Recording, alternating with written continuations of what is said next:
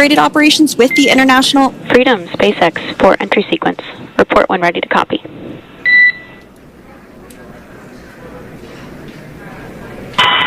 to copy. All right, I've got some updated times for you. Our COM blackout start time is 2144. Our COM blackout end time is 2151. And our splashdown time is the same per your displays, 2157.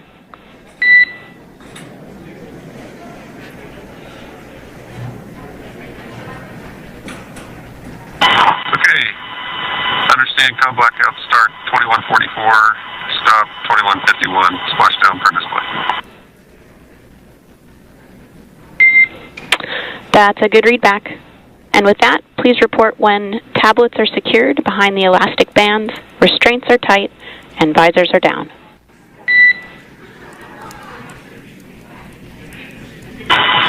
And copy, welcome.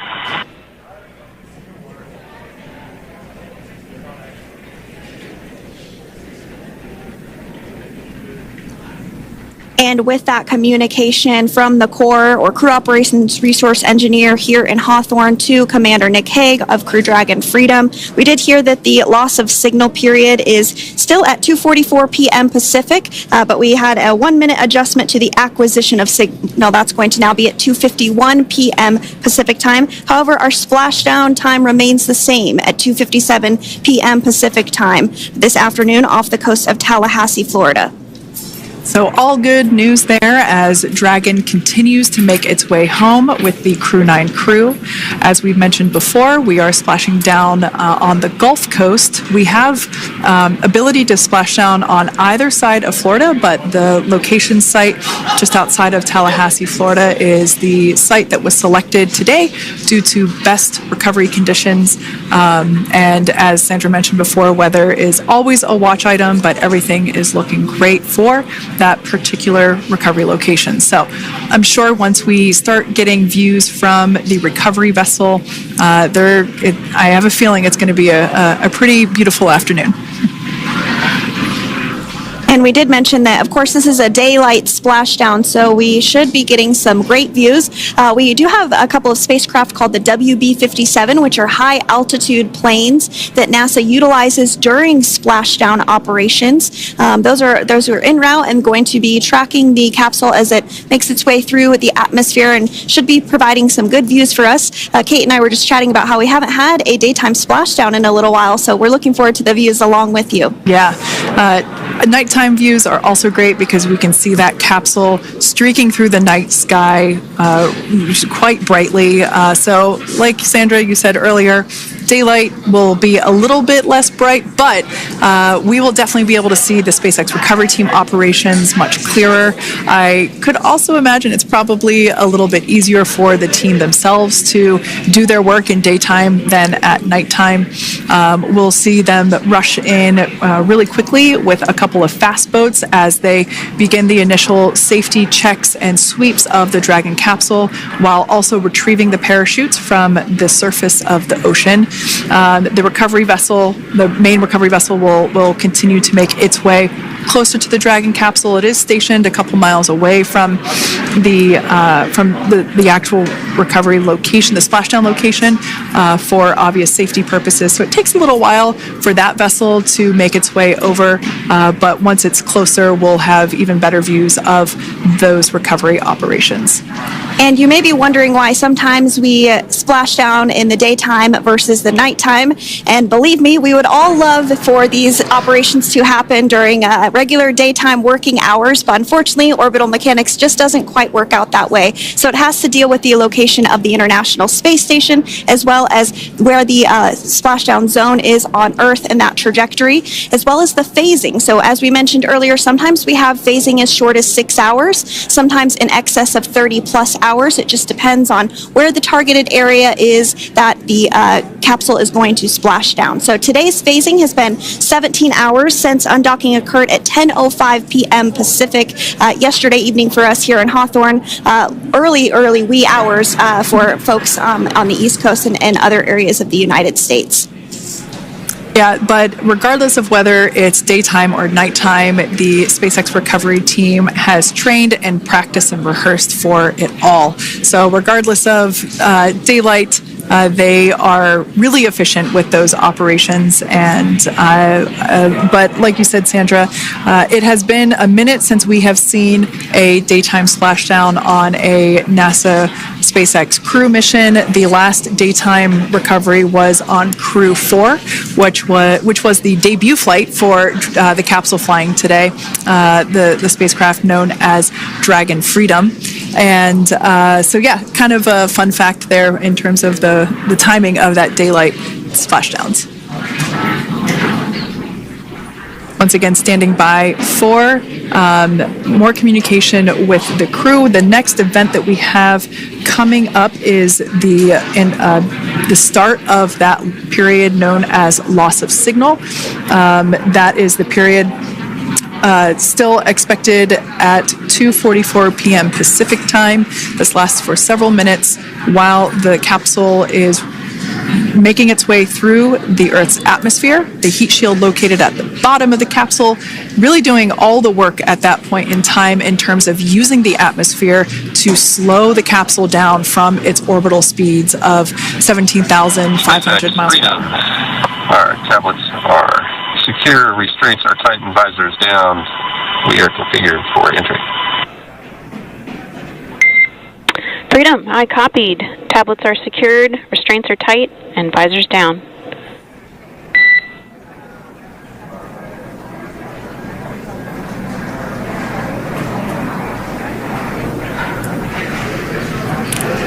All right, great news there in terms of continuing to make progress. That back and forth communication we heard was just letting Core know that per their instructions, Crew 9 has now put away everything that was necessary in order to begin the re-entry, including those tablets that were located on their legs. Those are now stowed away. They've tightened that safety harness that we see there, and the visors are now down. So with all that being said, let's take a minute to meet our returning crew. U.S. Space Force Colonel Nick Hague is your Crew 9 commander. He was selected by NASA as an astronaut in 2013. This was his second spaceflight to the International Space Station and third launch overall. He spent 171 days in space with Crew 9 and has a career total of 374 days in space. During his mission, he completed a spacewalk with astronaut Sunny Williams. That was his fourth spacewalk, earning him a career total of 25 hours, 56 minutes of spacewalking time. Before Crew 9, Hague previously served as a crew member of Expedition 59 and 60 back in 2019. He flew with Alexei Ovchinin and NASA's Christina Cook. So this is his second time sharing the space station with Ovchinin. The Kansas native is a test pilot and distinguished graduate of the United States Air Force Academy. Nick spent 5 months in Iraq in support of Operation Iraqi Freedom. He voluntarily transferred from the United States Air Force to U.S. Space Force in 2021 and is an active colonel. His wife, Katie, is a retired U.S. Air Force colonel, and they have 2 sons. NASA astronaut Sunny Williams is a mission specialist for Crew 9.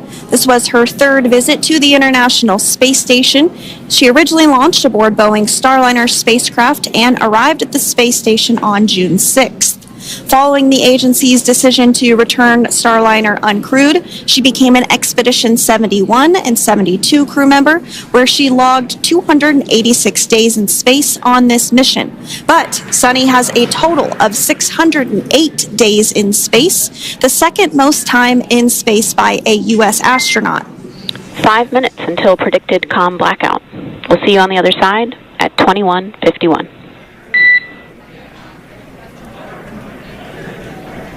21:51. Talk to you soon. And with that call out from the crew operations resource engineer to Commander Nick Hague, letting them know that everything is looking good ahead of the loss of signal period. We will see the crew on the other side of the loss of signal period at 2:51 p.m. Pacific time this afternoon. Continuing on about Sunny Williams, who has a total of 608 days in space, the second most time in space by a U.S. astronaut. Former NASA astronaut Peggy Whitson actually ranks first for the U.S. with 675 days in space. Sunny conducted 2 spacewalks and has completed 9 over the course of her career for a total of 62 hours, 6 minutes of spacewalking time. She ranks 4th on the list of cumulative time spacewalking by a female astronaut, and she has flown on 4 different spacecraft types, including the Space Shuttle, Soyuz, Starliner, and now Dragon. Previously, she served on Expedition 14 and 15 in 2006 and 2007, and again with Expedition 32 and 33 in 2012. She's a retired U.S. Navy captain and is a proud graduate of the U.S. Naval Academy and was the first astronaut to run a marathon in space. Pretty awesome stuff.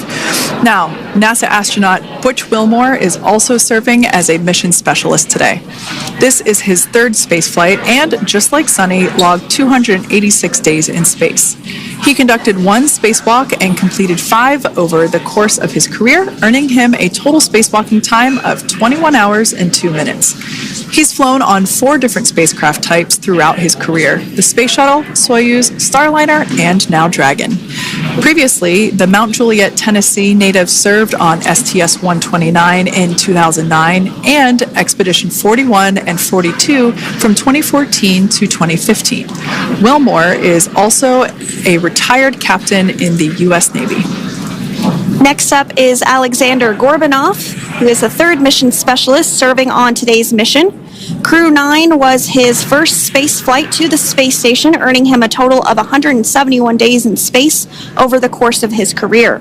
Gorbanov, along with Nick Hague, saw the arrival of 4 visiting vehicles and saw the departure of 4 as well. The duo orbited the Earth more than 2,700 times since September. Before his cosmonaut selection in 2018, Gorbanov worked as an engineer for a rocket space corporation and helped support cargo spacecraft launches from the Baikonur Cosmodrome in Kazakhstan.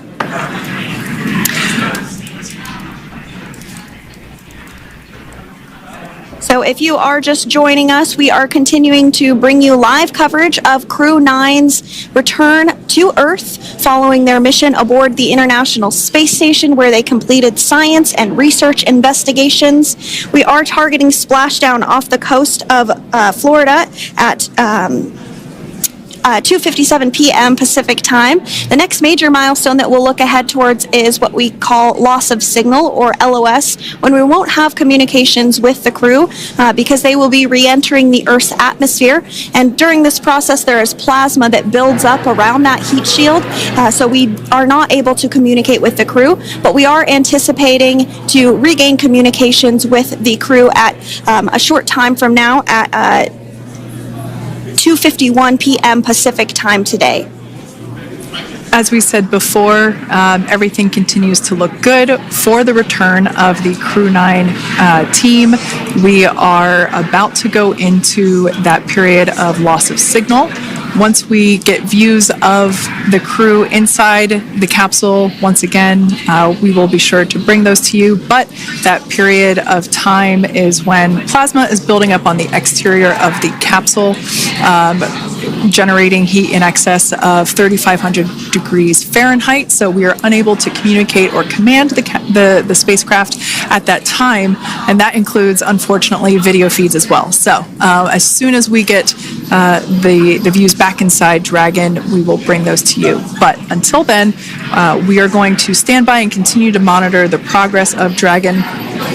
Like Sandra just said, we are anticipating the blackout period to begin at 2:51 p.m. Pacific time, 5:51 p.m. Eastern time. This will last for several minutes. It's not super exact, even though we are predicting acquisition of signal, or AOS, to come back at 5:51 p.m. Eastern time. In the past, we have regained communications sometimes a little bit earlier than that, so we'll probably start to hear Core begin to hail Crew Dragon a minute or two prior to that anticipated acquisition of signal. But right now, Nick, Sunny, Butch, and Alexander are seated in their seats inside Dragon Freedom. Their visors are down, and they have put away or stored the tablets that they had located on their upper leg to monitor Dragon's progress. Now they will be utilizing the touchscreen displays where the current operation and future operations will be displayed as they are able to monitor Dragon's progress continually. As I said before, Dragon is autonomous, meaning it is flying itself. So the crew stands by and monitors, and those touchscreen displays are what will be allowing them to do so and prepare for events such as parachute deploy. And while on board the International Space Station, Nick, Sunny, Butch, and Alexander contributed to over 900 hours of science and research investigations, which is really the key purpose of the International Space Station. Now, the International Space Station is celebrating a major milestone this year where they will be celebrating 25 years of continuous human presence in November. So if you're younger than 25 years, you've never known a day where there hasn't been a human living and working aboard the International Space Station, contributing to key science and research investigations that impact our lives here on Earth. There's research being done on Parkinson's, on osteoporosis, on cancer research, and a variety of other studies. Additionally, the microgravity laboratory provides a jumping off point for us as we venture back to the moon and onto Mars through longer duration space flights. One such example that the crew worked on during this mission was an alternative exercise device. In microgravity, the crew has to exercise for about 2 hours a day because they're not having the effects of gravity on their body. So to prevent bone and muscle loss, we counteract that with 2 hours of exercise per day. On board the International Space Station, they have 3 ways in which they can exercise. They have a bike, they have a treadmill, and they have a similar to a weightlifting machine that counteracts the microgravity environment. But a particular experiment that this crew tested out was a combination of all 3 of those in one smaller device, and this is really critical as we continue on to the moon, Mars, and beyond, because space is really important in spacecraft. So if we have something smaller that the crew might be able to utilize, that can potentially help us venture out even further into the solar system. So science is really the name of the game when it comes to the International Space Station. Some of the other science highlights that took place during this increment that are particularly interesting to me was we had the first wooden satellite that was deployed. This is a study to see if other materials might be more resourceful or renewable in space. So I'm really excited to see the results of that one as well. Additionally, we had a couple of spacewalks that took place to not only provide maintenance to the International Space Station, but also where we swabbed the outside of the space station near vents to see if any microbes that we all have microbes on us, to see if any of those could survive in the harsh environment of space, which again is very important for us to know and understand as we continue to the moon, Mars, and beyond. Very exciting stuff. Now, at this point, we have now entered the communications blackout period for the Dragon spacecraft. This lasts approximately 7 minutes due to plasma formation around the spacecraft itself. During this time, no vehicle telemetry is received by mission control or the recovery team, and no external commanding of the vehicle or voice communication is possible. But as a reminder, Dragon is designed to fly itself. During re-entry, the vehicle will be slowing down from orbital velocity, which is approximately 17,500 miles per hour. The top temperature that Dragon will experience upon re-entry is 3,500 degrees Fahrenheit.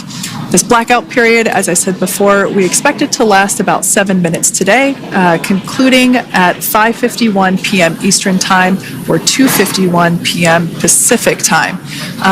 We right there have our first view of Dragon Freedom coming home to Earth. And that view is from the WB-57, which is one of NASA's high-altitude planes that is tracking. Now, because of the way that this camera is configured, it does look like it is dark, but it is indeed daytime, and you're beginning to see that plasma trail as Dragon re-enters the Earth's atmosphere. All of that is expected. We are anticipating an acquisition of signal around 2:51 p.m. Pacific Time, so just minutes from now, and you may hear the core begin to hail out or call Dragon for communications and see if we can potentially get communications with them a little bit earlier. Following this, we'll have two events in rapid succession. We'll have the drogue parachutes deploy at 2:53 p.m. Pacific, followed by the mains just 1 minute later at 2:54 p.m. Pacific time, ahead of a splashdown at 2:57 p.m. Pacific time off the coast of Tallahassee, Florida.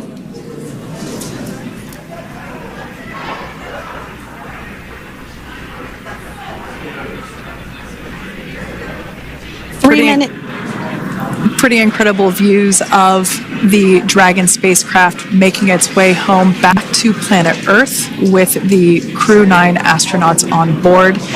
Once again, this view is coming from the WB-57 plane.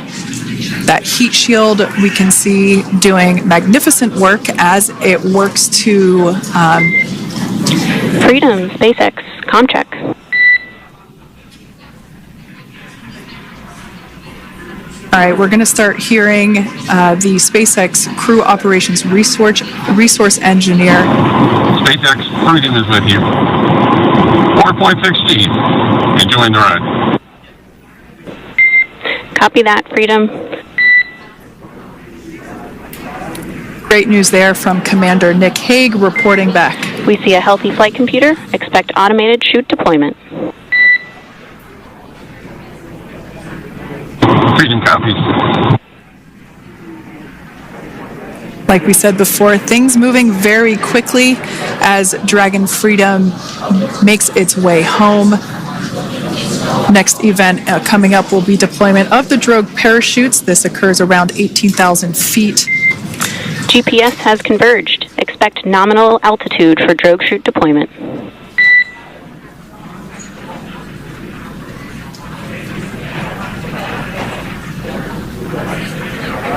We're about 2 minutes away from deployment of those drogue parachutes. Now the heat shield is continuing to work to slow the vehicle down. That entry period, the Dragon spacecraft went from orbital velocity about 17,500 miles per hour down to about 350 miles per hour. So it really gives you a sense of why that plasma builds up on the exterior of the capsule, thanks to the heat shield and the work that it does. Those drogue parachutes will slow it down from 350 to about 119 miles per hour. We can see 15 kilometers. Brace for drogue window. We can see seat rotation happening inside the capsule. Great to get those first views of our crew members. Once again, the capsules are going about 350 miles per hour when the drogues are deployed. Those drogue parachutes that we manufacture here in-house are going to slow the spacecraft down to 119 miles per hour. And that is when we will see the main parachutes deploy, and that occurs about 6,000 feet above the ocean's surface. And we are expecting drogue deployment at 2:53 p.m. Pacific, so we should see it any second now. And there you are getting a great view of Crew 9 inside Dragon Freedom as it returns back to Earth. We are awaiting the drogue deploys. This view coming from the WB-57 high altitude plane. And there you see it on your screen, drogue deployment. Drogue descent rate nominal. You can hear the crowd here. Visual on 2 healthy drogues. The crowd here very excited as Dragon Freedom continues to make its way back to planet Earth.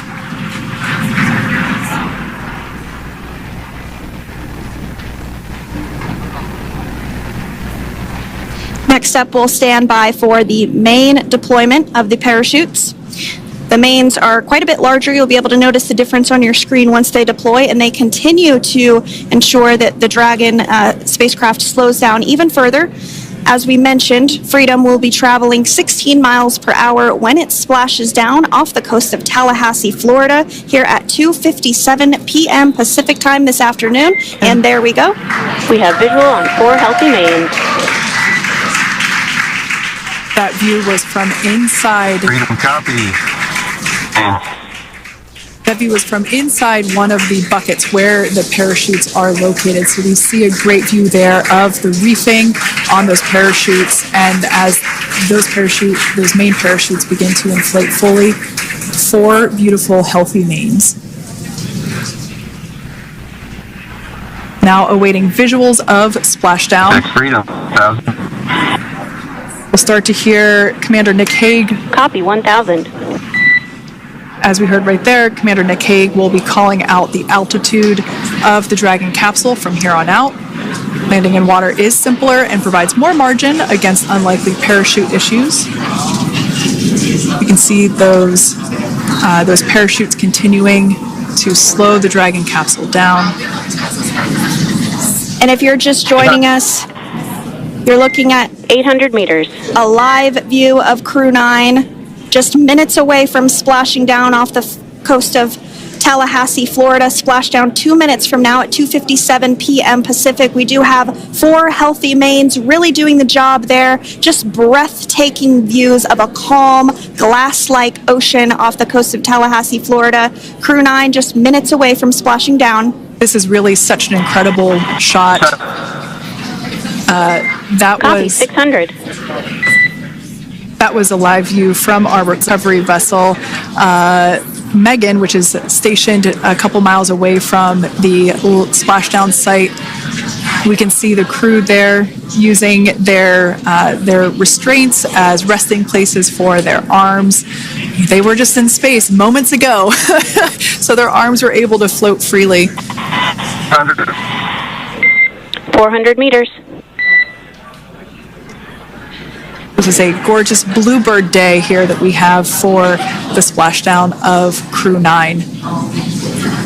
It's incredible to think that the Dragon capsule just minutes ago was going over 17,000 miles per hour, and now gently coasting to a soft splashdown.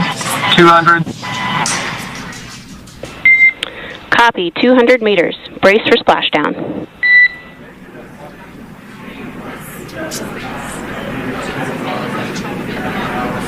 As you can see there on your screen, continuing to monitor progress of the Dragon spacecraft. And we're going to stand by for splashdown, located in the Gulf of America, off the coast of Tallahassee, Florida.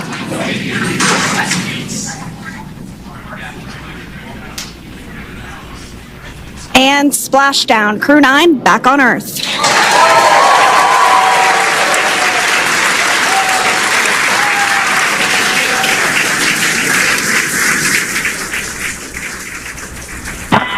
And SpaceX Freedom, splashdown. Good main release. Copy, splashdown. We see main chutes cut. Nick, Alex, Butch, Sunny, on behalf of SpaceX, welcome home.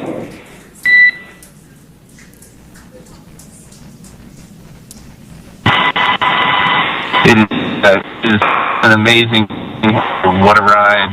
I see a capsule full of grins ear to ear.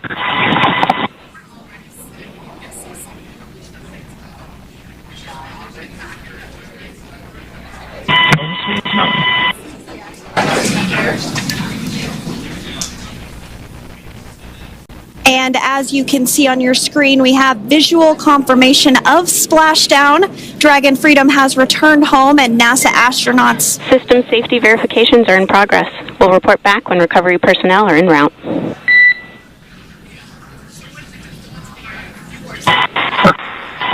Understand. And, we're in section 2, 4.800 landing response. And looking for your word on if it is necessary.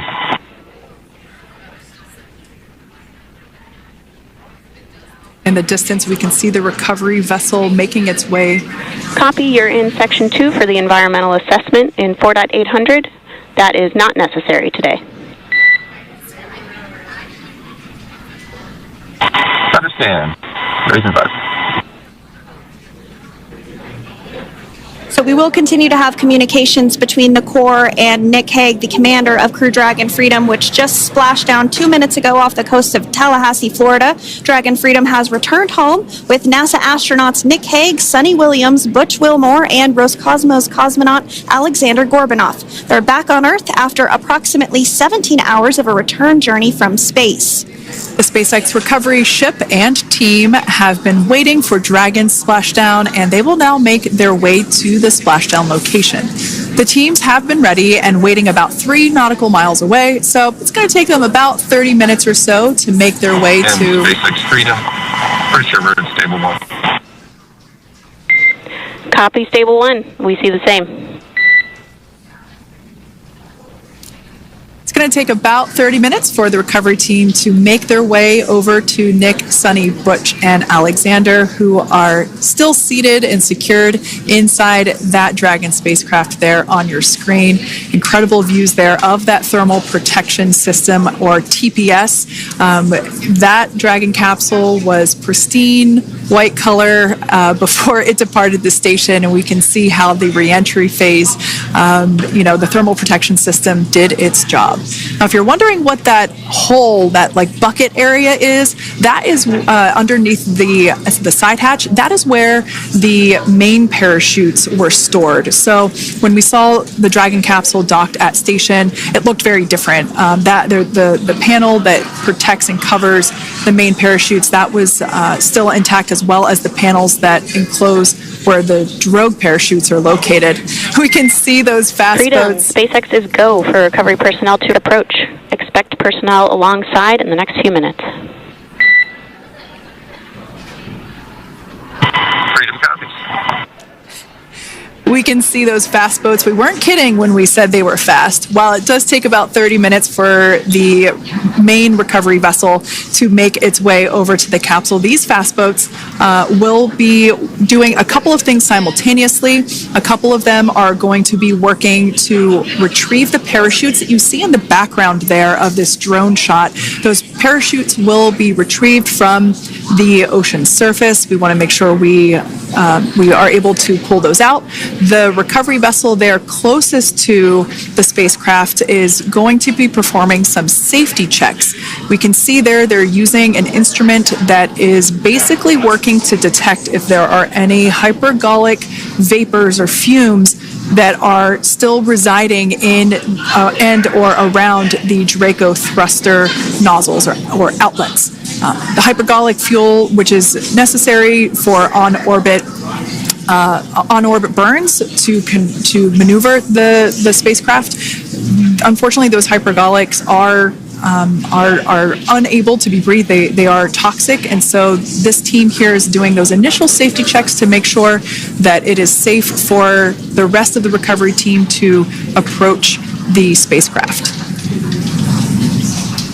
They're also checking to make sure that any residuals from the pyros are safe and are not going to cause any issues. We can see the team working their way around the spacecraft to do these these sniff tests on all of those Draco thrusters. And as we continue to await the recovery of our Dragon spacecraft with NASA astronauts Nick Hague, Sunny Williams, Butch Wilmore, and Roscosmos cosmonaut Alexander Gorbanov inside, Dragon has autonomously completed several steps to safe itself following splashdown. We are continuing to see Dragon in what is known as Stable 1 configuration. That's kind of the ideal configuration following splashdown. It's upright, and the Dragon capsule is in the right configuration for it to be hoisted into the recovery vessel Megan, which you do see a little ways off in your screen approaching. Dragon will continue to remain live on air with you through that recovery process, all the way through the point where the crew is extracted from the Dragon spacecraft. Now, if you are just joining us, the mission has gone smoothly so far. Dragon successfully splashed down off the coast of Tallahassee, Florida at 2:57 p.m. Pacific, 5:57 p.m. Eastern Time this afternoon. Approximately 17 hours prior to splashdown, Dragon autonomously undocked from the International Space Station, completed a series of departure burns, jettisoned its trunk section, and performed its final burn, the deorbit burn. This placed the Dragon spacecraft on a trajectory toward Tallahassee, Florida. Dragon successfully re-entered the Earth's atmosphere, followed by deployment of its parachutes to slow the spacecraft down to a gentle splashdown. We're now going to follow Freedom, hypergol sweeps and unfired ordnance checks are nominal. Rigging is in progress. Approximately 25 minutes until capsule lift. Stand by for PMC with SpaceX flight surgeon. Copy. And so what we did just hear there was communications that those hypergol checks were complete. They didn't find any of that upon those checks, so we'll continue to move through the timeline. Next up is a process called rigging, which you see happening right now on your screen. This is when a SpaceX recovery personnel actually works to climb aboard the capsule and work through procedures ahead of lifting onto the nest of the recovery vessel Megan. We heard it's going to be about 25 minutes or so until that lift actually takes place.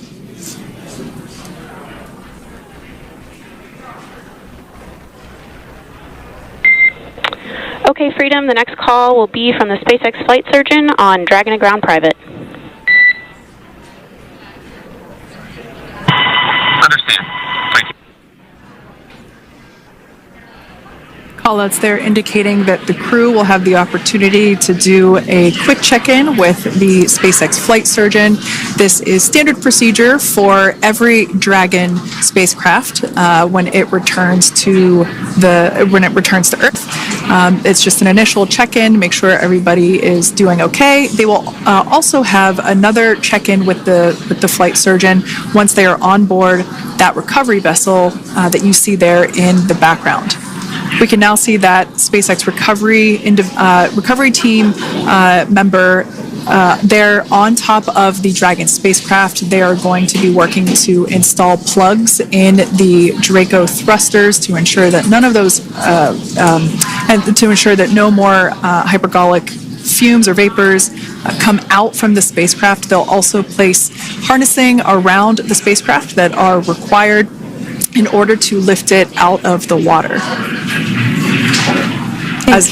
Go ahead, Sandra. Continuing to get some views of the recovery personnel, both the main recovery vessel Megan, as well as some of those fast boats that we've discussed previously. It looks like just a beautiful day there out off the coast of Tallahassee, Florida. Weather was pristine. We were able to get undocked from the International Space Station as expected at 10:05 p.m. Pacific time yesterday evening, and Crew Dragon has since completed steps ahead of its splashdown at 2:57 p.m. Pacific, and we're now stepping through procedures to get Dragon hoisted up onto the Megan recovery vessel and get the crew extracted out of the spacecraft. And you did see some of the parachutes that were near the spacecraft. Upon detection of landing, Dragon automatically releases those main parachutes to prevent wind from pulling the spacecraft. Dragon then automatically safes any pyrotechnics that may still be present on the vehicle and may automatically perform additional minor system reconfigurations. The astronauts will remain seated and in their suits at this point, but the onboard air conditioning keeps things temperature controlled inside the spacecraft so the crew remains comfortable, and the communication systems... Freedom, SpaceX, ComCheck. SpaceX, this is Freedom. Loud and clear. Copy that, Freedom. Have you loud and clear as well, and Dragon to Ground is no longer private. Understand, thank you. As we saw there on the screen, we have a couple of fast boats in the recovery fleet that have quickly moved into the splashdown location. They are being followed by one of the main recovery vessels, which will move into position upwind of the spacecraft. The two fast boats have very specific roles. Excuse me. The first approach is focused on immediate safety inspection, as we saw. They do this for spacecraft integrity and checking for any presence of those hypergolic propellant vapors. And this ensures that it is safe for the recovery vessel to approach Dragon. Once Dragon is cleared for full approach, as we heard is the case today, the team begins rigging the spacecraft for water recovery by the recovery ship. The second fast boat is responsible for parachute recovery and also serves as a redundant boat to the first one that makes the initial approach to the Dragon spacecraft. As we saw a little bit earlier, we were also able to see one of the recovery team members get on a jet ski to help gather up the parachutes that were automatically detached from the Dragon spacecraft upon splashdown. And it will take a little over 10 minutes for the recovery crew to complete their safety checks. Once complete, the team will begin preparing Dragon to be lifted, and as you see, they are preparing for that to take place at this point. As part of the preparation for this lift, one member of the recovery team has climbed on top of the spacecraft already, so they can attach Dragon's hoist rings and connect to the lifting lines. It will take us less than an hour to raise Dragon to the recovery boat and remove the crew from the spacecraft. After medical checkouts, the crew will return to land within 4 hours by helicopter. And if no additional medical assistance is needed, the crew will board a waiting NASA plane and depart for Houston.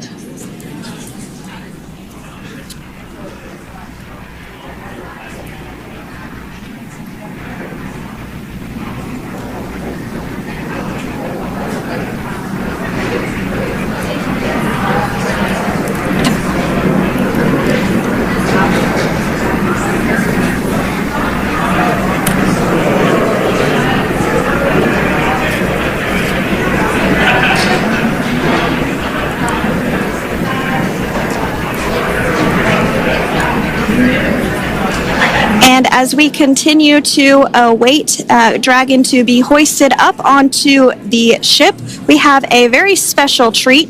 NASA Public Affairs Officer Jaden Jennings, who is actually on the recovery vessel and had a bird's eye view of the splashdown today. Jaden, how are you? How was the view from the recovery vessel? Hi, Sandra. How do you hear me? I've got you loud and clear, Jaden. It's so great to hear you.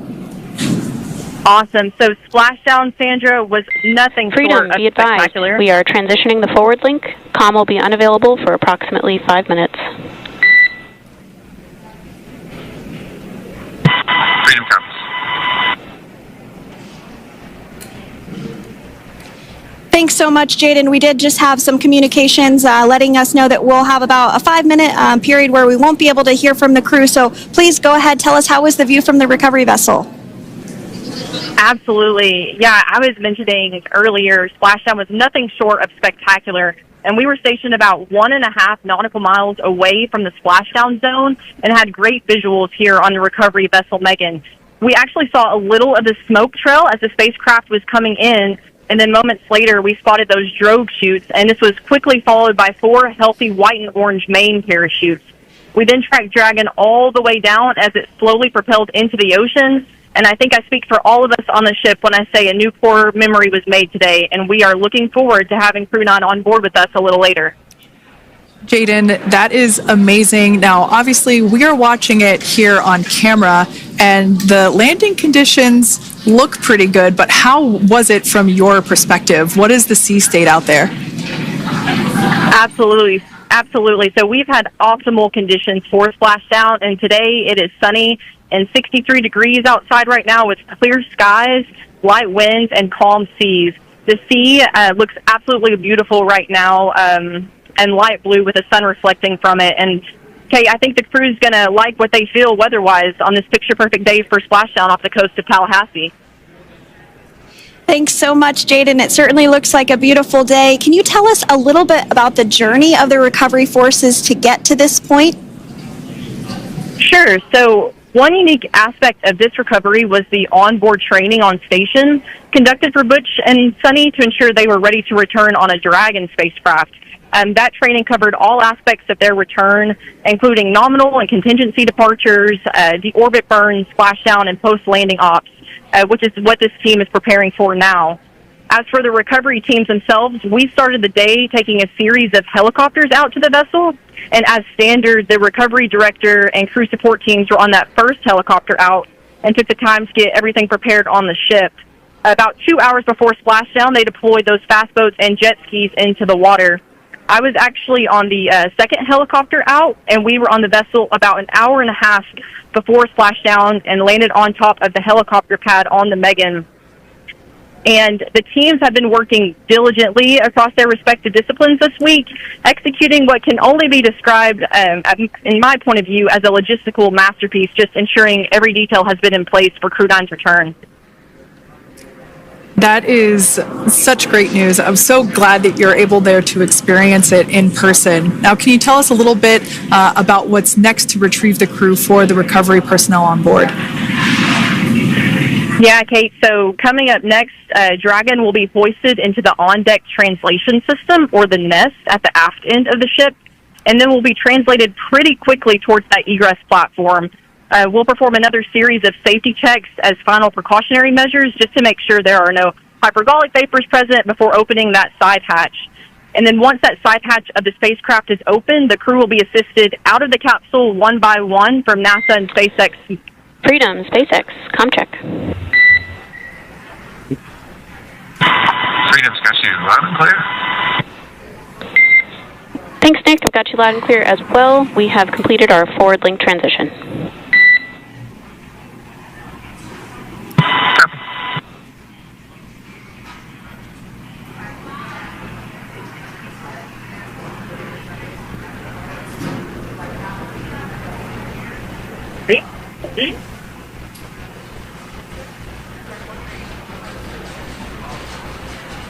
And Jaden, if you did just want to go ahead and let us know what is next to retrieve the crew, we are continuing to get some great views on our screen, but I know you have an even better view yourself.